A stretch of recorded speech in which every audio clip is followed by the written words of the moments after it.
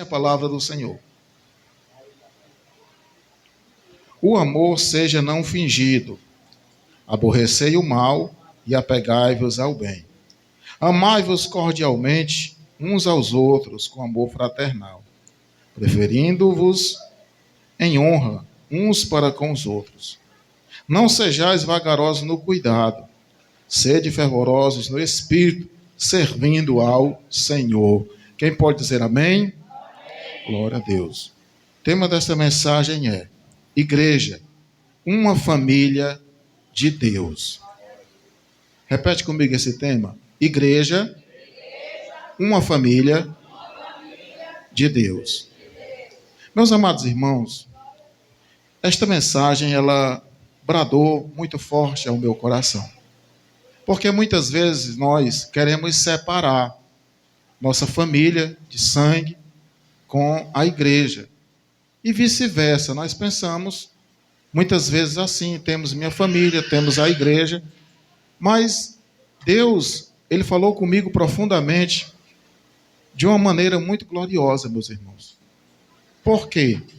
Porque a igreja, pela qual nós pertencemos, nós temos que entender que essa igreja, que é formada por mim e por você, que estamos aqui esta noite, nós fazemos parte de uma grande família, chamada Família de Jesus. Amém, meus irmãos? Então, nós temos um Pai, Criador de todas as coisas. Nós temos um irmão mais velho, chamado Jesus Cristo de Nazaré. E nós temos o nosso amigo Espírito Santo, que é aquele que intercede por nós com gemidos inexprimíveis. Então, nós fazemos parte dessa família. E é interessante, meus irmãos, que nós, como igreja e como família de Deus, como devemos nos comportar? Não é verdade, meus irmãos? Em casa, nós temos o nosso comportamento. Na rua, temos o nosso comportamento. Muitas vezes na igreja temos outro comportamento. Muitas vezes no trabalho temos outro comportamento. Mas, na verdade, meus irmãos, como refletir nesse tema? Nós, como igreja e como família de Deus. Meus irmãos, isso é algo muito interessante, porque quando nós examinamos aqui o capítulo de número 12 e o versículo de número 3, é interessante demais o que Paulo fala, começando aqui do versículo 1 do capítulo 12. Diz assim: Rogo-vos, pois, irmãos, pela compaixão de Deus, que apresentei o vosso corpo em sacrifício vivo, santo e agradável a Deus, que é o vosso culto racional. Não vos conformeis com este mundo, mas transformai-vos pela renovação do vosso entendimento, para que experimenteis qual seja a boa e agradável e perfeita vontade de Deus. Aí versículo 3 diz assim: Porque pela graça que me é dada, digo a cada um dentre vós, que não saiba mais do que convém saber, mas que saiba com temperança, conforme a medida da fé que Deus repartiu a cada um. Amém, meus irmãos? Então, nós como igreja, como família de Deus, como devemos nos comportar? Meus irmãos, aqui nós vamos ver 3 coisas interessantes. Primeira coisa que nós vamos entender: alegrai-vos na esperança. Meus amados irmãos, isso é algo interessante. Porque nós nos alegrarmos naquilo que nós estamos esperando. Quem está entendendo, diga amém. Pronto. O que você está esperando de Deus, você já tem que se alegrar. Você não pode ficar na expectativa de receber algo de Deus e ao mesmo tempo você ficar triste. Você tem que ter a esperança, mas essa esperança tem que vir acompanhada de alegria. Não é de tristeza. Porque isso não agrada ao Senhor. Porque Ele diz aqui, na sua palavra, meus irmãos. E nós vamos compreender aqui outra coisa interessante. Olha aqui. E não vos conformeis com este mundo, mas transformai-vos pela renovação do vosso entendimento, Meus amados irmãos, esse é algo interessantíssimo que nós aprendemos aqui nesta noite em nome de Jesus. Que nós, meus irmãos, não devemos nos conformar com as coisas deste mundo. Muitas vezes nós nos conformamos com tudo que está acontecendo conosco, ao nosso redor, com os nossos irmãos em Cristo Jesus. Então, o texto sagrado diz que nós, de forma nenhuma, não devemos nos conformar. O crente ele não pode se conformar, meus irmãos, com o que está acontecendo no mundo, com o que está acontecendo ao nosso redor. O crente ele tem que ser transformado de glória em glória, para que o Senhor seja glorificado na sua vida. Então nós vamos entender, meus irmãos, que nós temos que nos alegrar na esperança. E também nós vamos ver que nós temos que sermos pacientes na tribulação. Pense num negócio que puxa muito da gente. É nós sermos pacientes na hora da tribulação, meus irmãos. Isso não é fácil. Sede pacientes na tribulação, meus irmãos. Então nós temos que ter essa esperança de um dia nós sermos pacientes na hora da tribulação. Porque não é fácil nós sermos pacientes na hora da tribulação. É fácil nós sermos pacientes na hora que está tudo bem, na hora que está tudo legal, na hora que está tudo dando certo.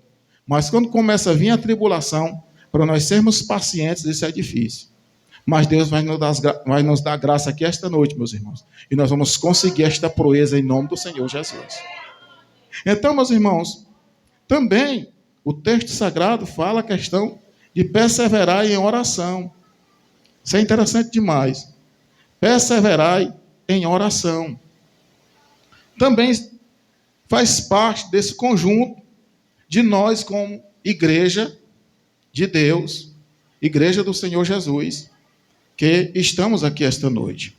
Meus amados irmãos, nós vamos entender que tudo isso aqui que eu falei está encaixado precisamente no versículo de número 12 do texto que nós lemos aqui esta noite, na leitura da palavra de Deus.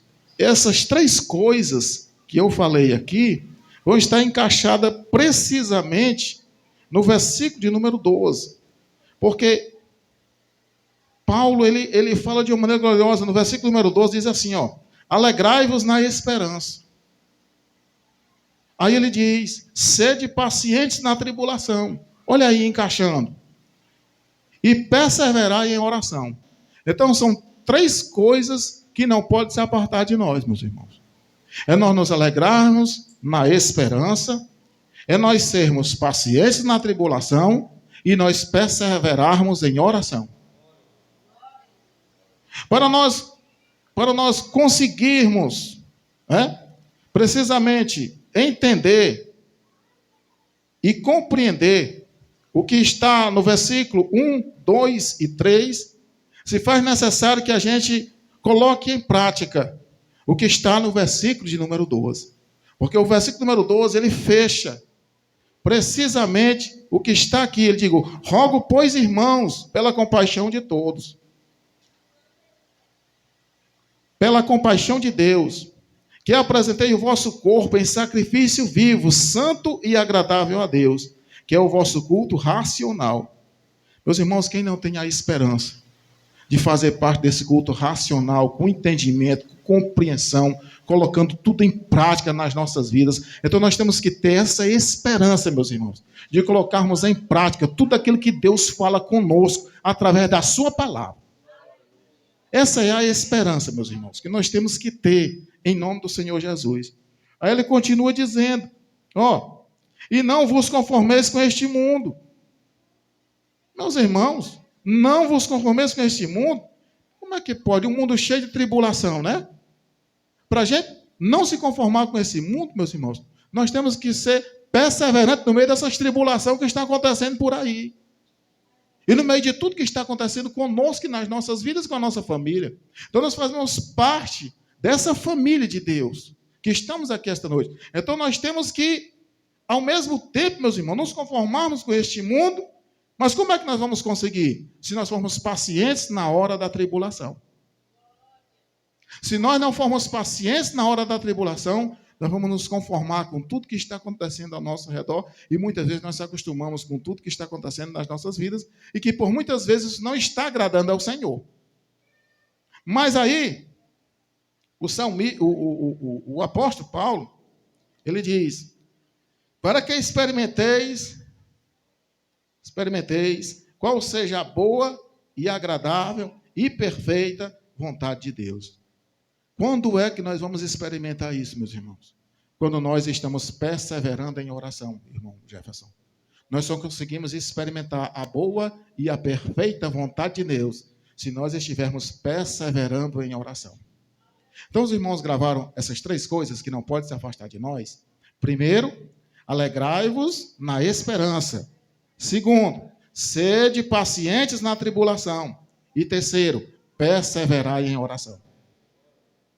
Às vezes a gente ora, aí, não vou orar mais não. Já está certo já a bênção. A vitória já está bem aqui, como é que eu vou orar? Não preciso mais não. Aí Deus, não perseverou, vai ficar parada bem aqui a bênção. A bênção está bem pertinho, o negócio está bem rasinho para acontecer, aí você desiste de orar. O que o texto está nos ensinando, o que a palavra nos ensina, meus irmãos, é que nós temos que perseverar em oração. Eu não sei o quanto você tem orado, o tanto que você tem pedido a Deus.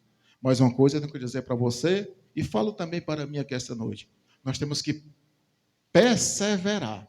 Perseverar significa não desistir, meus irmãos. Não desista de orar pelo seu marido. Não desista de orar pelos seus filhos. Não desista de orar pelos seus netos. Ore por eles toda noite. Todos os dias, meus irmãos. Todos os dias eu faço isso. Todos os dias eu oro para a glória de Deus. E todos os dias eu estou entregando a minha família, toda a minha parentela, os meus amados irmãos em Cristo Jesus, o nosso pastor presidente, toda a diretoria da igreja, os trabalhos, os líderes de trabalho da congregação. Meus irmãos, eu tenho perseverado nesta oração. E o Senhor tem grandemente nos abençoado, meus irmãos. Agora imagina se cada um de nós adotarmos esse sistema, hein? Se cada um de nós, na hora que nós formos orar, não vou orar, que eu não tenho nem pelo que orar, é porque você não pensou. Mas pense, você tem muitas coisas assim, essenciais para você orar.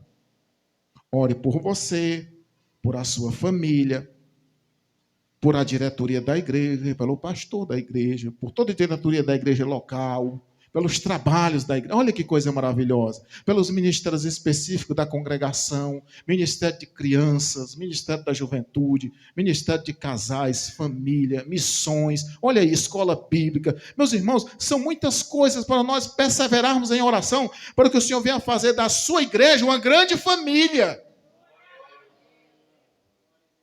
Os irmãos estão entendendo? Diga amém. Nós só vamos conseguir, meus irmãos, ver a igreja como família se nós estivermos em contínua oração. Não adianta só um orar, meus irmãos. Adianta. Mas, volta a palavra atrás, adianta sim. Mas, se todos orarem, meus irmãos, que bênção, né? Se todos perseverarem em oração. A Bíblia diz que era cerca de 120 em Atos dos Apóstolos.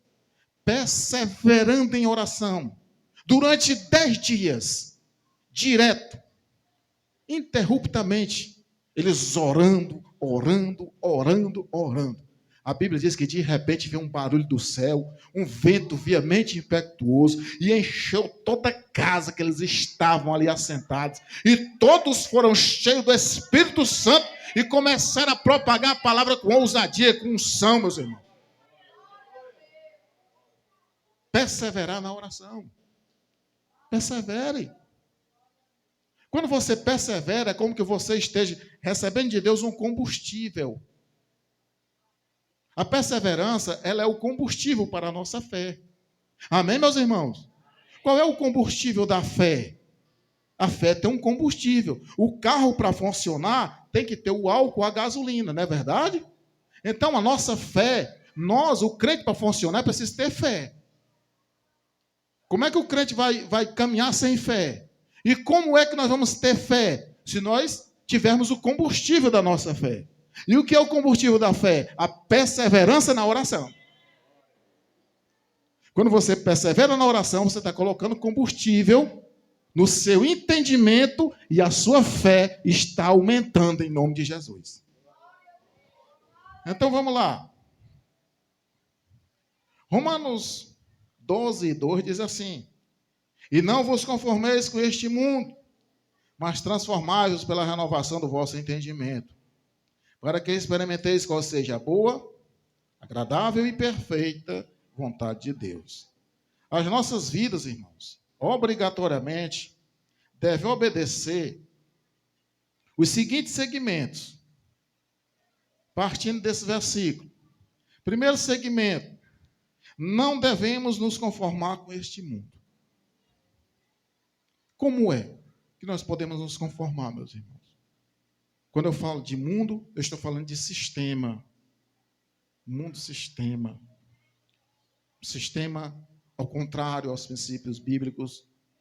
Sistema ao contrário às famílias. Um sistema ao contrário às coisas do Senhor. Muita gente, não, é assim mesmo. A vida é assim mesmo, é desse jeito mesmo. Não, meus irmãos. Não é assim, não. Nós temos que colocar nosso joelho no chão e orar para que o Senhor venha ter misericórdia de nós, meus irmãos. Da nossa família, dos nossos filhos, em nome de Jesus. Então, nós temos que não nos conformar com este mundo. Segundo segmento, que nós temos que entender. Devemos ser transformados pela renovação do nosso entendimento. Sabe aquele velho homem?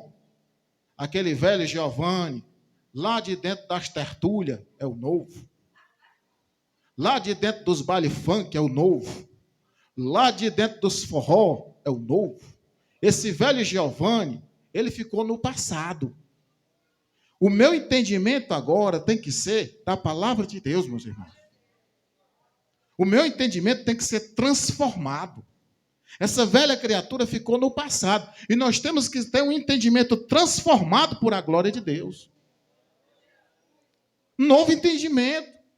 Um novo pensamento. Uma nova atitude. Um novo viver. É o que está escrito lá na 2 Coríntios, capítulo 5, versículo 17. Né? Quem está em Cristo, nova criatura é.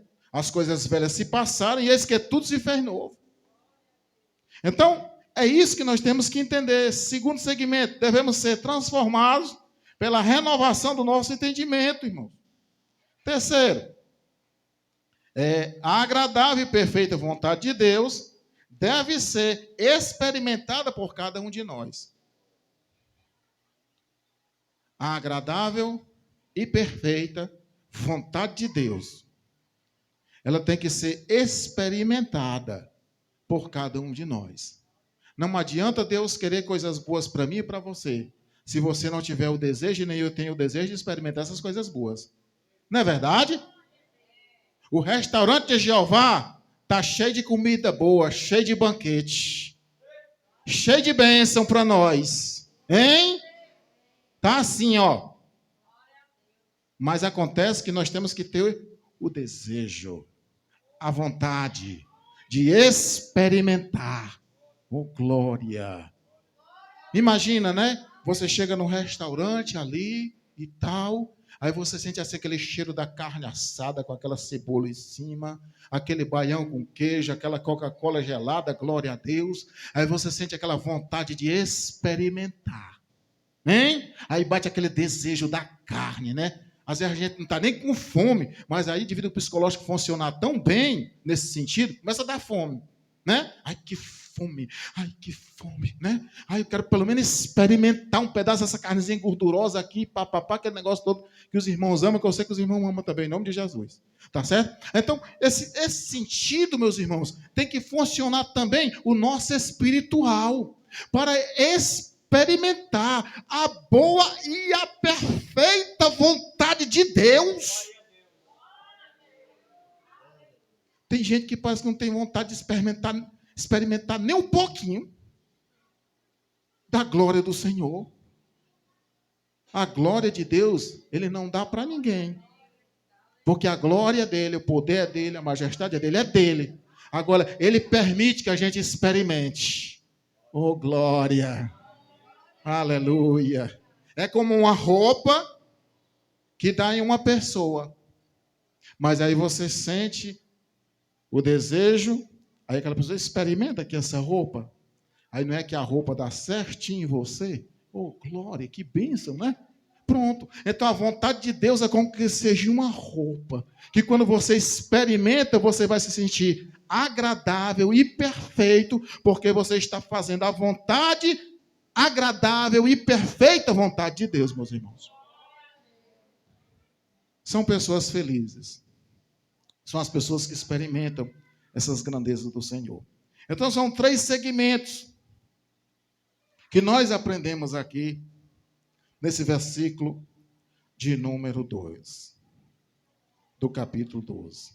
Aí, meus irmãos, nós vamos ver aqui, no versículo de número 14, do capítulo 12, diz assim, a palavra de Deus: abençoai os que vos perseguem, abençoai e não amaldiçoai. Isso aqui não é fácil, meus irmãos. Isso aqui não é fácil. Olha o complemento desse versículo 14. Os irmãos entendam o seguinte. A Bíblia, olha para mim e presta atenção para você entender. A Bíblia, ela está dividida entre Antigo e Novo Testamento. Amém? Capítulos e versículos. Mas ela não está numa ordem. É preciso nós meditarmos, examinarmos, porque no versículo 19 vai ter o complemento desse versículo 14. No versículo 19 diz assim, não vos vingueis a vós mesmos, amados, mas dai lugar à ira. Cuidado com a ira. Aí vem, porque está escrito, minha é a vingança, eu recompensarei, diz o Senhor. Então, meus irmãos, isso não é fácil, né? Isso não é fácil. Mas existe uma regra aqui para nós obedecer, né? Existe algo da parte de Deus para nós obedecer. Abençoai tanto os que gostam de nós, como também os que não gostam. É isso que o versículo está nos ensinando, é isso que a Bíblia está nos ensinando aqui esta noite. Nós temos que abençoar tanto aqueles que não gostam de nós, como os que gostam de nós. Deus te abençoe. Se a pessoa não gosta de você, e se ele vai se sentir ofendido em você dizer assim, Deus te abençoe, mas diz pelo menos no entendimento. Já que Deus te renovou com um novo entendimento, então você vai dizer no teu entendimento que Deus está sabendo, amém? Você muitas vezes você não vai falar, porque quando você fala, é como que seja uma ofensa para aquela pessoa que está nos ofendendo. Os irmãos estão entendendo? Diga amém. Pronto. Se a pessoa está te ofendendo, aí você vai, Deus te abençoe, a pessoa não vai entender. Porque muitas vezes o entendimento dele está fechado, ele está cego. Mas quando você diz por dentro de você, você se cala e fala por dentro, Deus que é um Deus